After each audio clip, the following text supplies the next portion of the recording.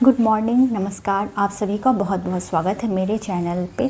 और आज हम लोग पढ़ेंगे करंट अफेयर्स, क्योंकि करंट अफेयर्स पढ़ना बहुत ज़्यादा ज़रूरी हो जाता है इस लिहाज से भी, क्योंकि कोई भी कम्पिटिटिव एग्ज़ाम हो, चाहे वो यूपीएससी का हो, चाहे वो बीपीएससी का हो, या आगामी एडीओ का आने वाला जो एग्ज़ाम है उसमें करंट अफेयर्स से क्वेश्चन बहुत सारे आते हैं। लगभग 25 से 30 क्वेश्चन करंट अफेयर्स से पूछ लिए जाते हैं, इसलिए इसे डीपली पढ़ना बहुत ज़रूरी है। तो हम लोग रिवर्स पढ़ेंगे करंट अफेयर्स। दिसंबर 2025 से हम लोग पढ़ना स्टार्ट करेंगे और उसके बाद हम लोग जनवरी तक आएंगे। तो चलिए देखते हैं दिसंबर के कुछ important current affairs, current topics को जो हमारे एग्ज़ाम में आएंगे और आने वाले हैं। तो चलिए शुरू करते हैं। तो यहाँ पे कुल मैंने टोटल 15 करंट अफेयर्स का इम्पॉर्टेंट टॉपिक लिया हुआ है, जिसको आज मैं आप लोगों को पढ़ाऊँगी और उसके बाद हमारा सीरीज कंटिन्यू चलता रहेगा, जहाँ पे मैं आप लोगों को करंट अफेयर्स से संबंधित इम्पॉर्टेंट जो भी होगा वो आप लोगों को पढ़ाऊँगी। और इससे आपका क्विक रिवीजन भी हो जाएगा, साथ ही याद रहेगा, क्योंकि करंट अफेयर्स को याद रखना बहुत ज़्यादा ज़रूरी होता है। करंट अफेयर्स हमें याद ही नहीं होता है, हम पढ़ तो लेते हैं बट हम उसको भूल जाते हैं, तो उसे याद करना बहुत ज़रूरी होता है। चलिए देखते हैं आज के इम्पॉर्टेंट करंट अफेयर्स क्या है। तो Kantar bonds most valuable Indian brands report 2025 के अनुसार भारत की सबसे मूल्यवान कंपनी कौन है? तो HDFC bank. Kantar brand most valuation Indian brands इसने रिपोर्ट दिया है और उसके अनुसार भारत की सबसे मूल्यवान कंपनी किसे बताया है? तो HDFC बैंक को। दूसरा है सर्जियो गोर को भारत में नियुक्त करने वाला देश कौन है? तो सर्जियो गोर जो है उसको भारत में नियुक्त करने वाला देश कौन है? अमेरिका। सर्जियो गोर को भारत में राजदूत नियुक्त करने वाला कौन सा देश है? तो अमेरिका। और भारत का राजदूत अमेरिका में कौन है? तो विनय मोहन क्वात्रा। तो हमें ये दोनों चीज़ याद रखना है कि सर्जियो गोर को भारत में नियुक्त किया है अमेरिका ने राजदूत के तौर पर, और भारत में कौन है राजदूत? अमेरिका। भारत का अमेरिका में कौन राजदूत है? तो विनय मोहन क्वात्रा। हाल में वार्षिक बिम्स्टेक युवा राजनयिक संपर्क कार्यक्रम का उद्घाटन किया गया। तो हाल में वार्षिक बिम्स्टेक सम्मेलन हुआ है, वो कहाँ आयोजित हुआ है ये हमें याद रखना है? तो नई दिल्ली में।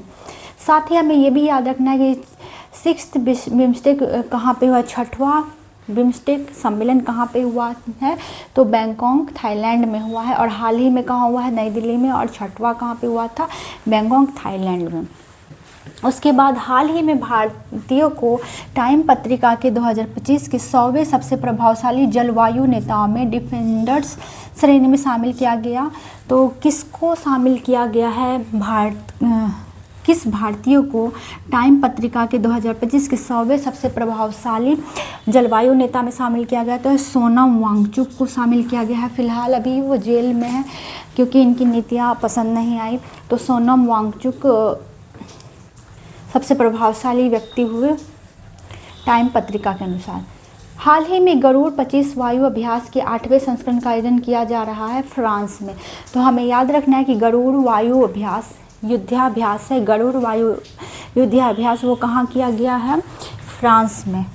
भारत और फ्रांस का ये युद्धाभ्यास हो गया। भारत की सहायता से निर्मित हनी माधु अंतर्राष्ट्रीय हवाई अड्डे का उद्घाटन किया गया है मालदीव में।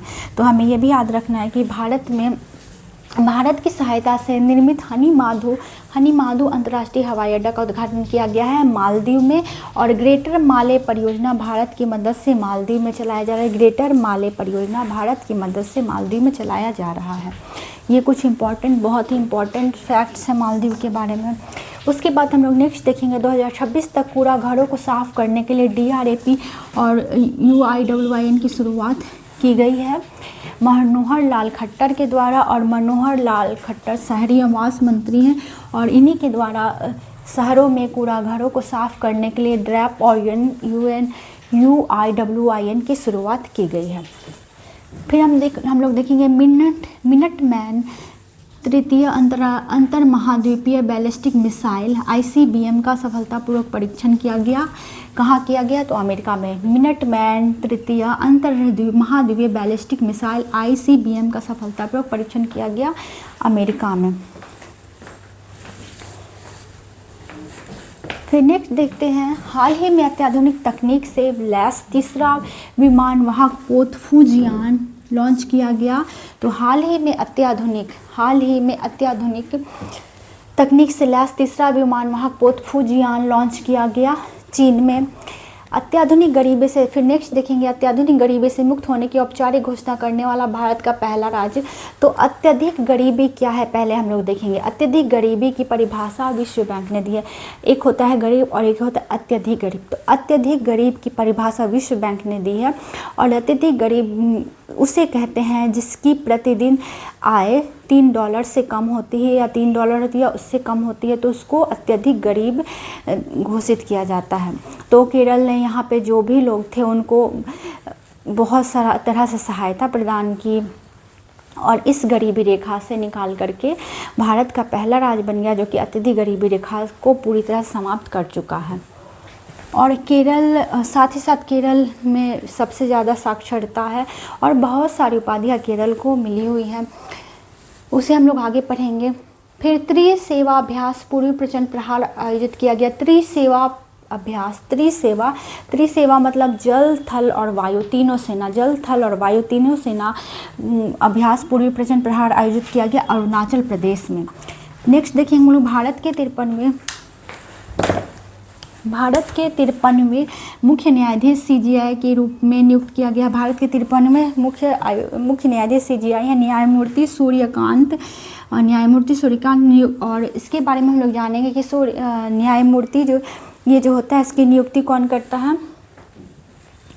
मुख्य न्यायाधीश की नियुक्ति कौन करता है और उसको शपथ कौन दिलाता है? तो दोनों ही राष्ट्रपति। और इसकी आयु, मुख्य न्यायाधीश की आयु जो है अधिकतम 65 वर्ष होती है, कार्यकाल 65 वर्ष। भारत के 53वें मुख्य न्यायाधीश न्यायमूर्ति सूर्यकांत। तो इतनी बातें हमें याद रखनी है। फिर 15 साल से कम उम्र के बच्चों के लिए सोशल मीडिया के इस्तेमाल पर रोक की घोषणा किसने की है? डेनमार्क। और 16 वर्ष से कम आयु के बच्चों को सोशल मीडिया पर रोकथाम किसने लगाया है? ऑस्ट्रेलिया ने।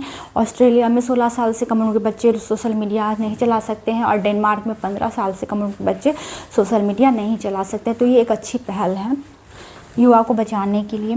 फिर चक्रवाती तूफान दित्वा से बचाव के लिए भारत में चलाया गया अभियान। नेक्स्ट हम लोग देखते हैं चक्रवाती तूफान दित्वा से बचाव के लिए भारत में चलाया गया अभियान। मतलब ये दित्वा जो है वो भारत में आया था चक्रवाती तूफान और उससे बचाव के लिए चलाया गया अभियान है ऑपरेशन सागर बंधु।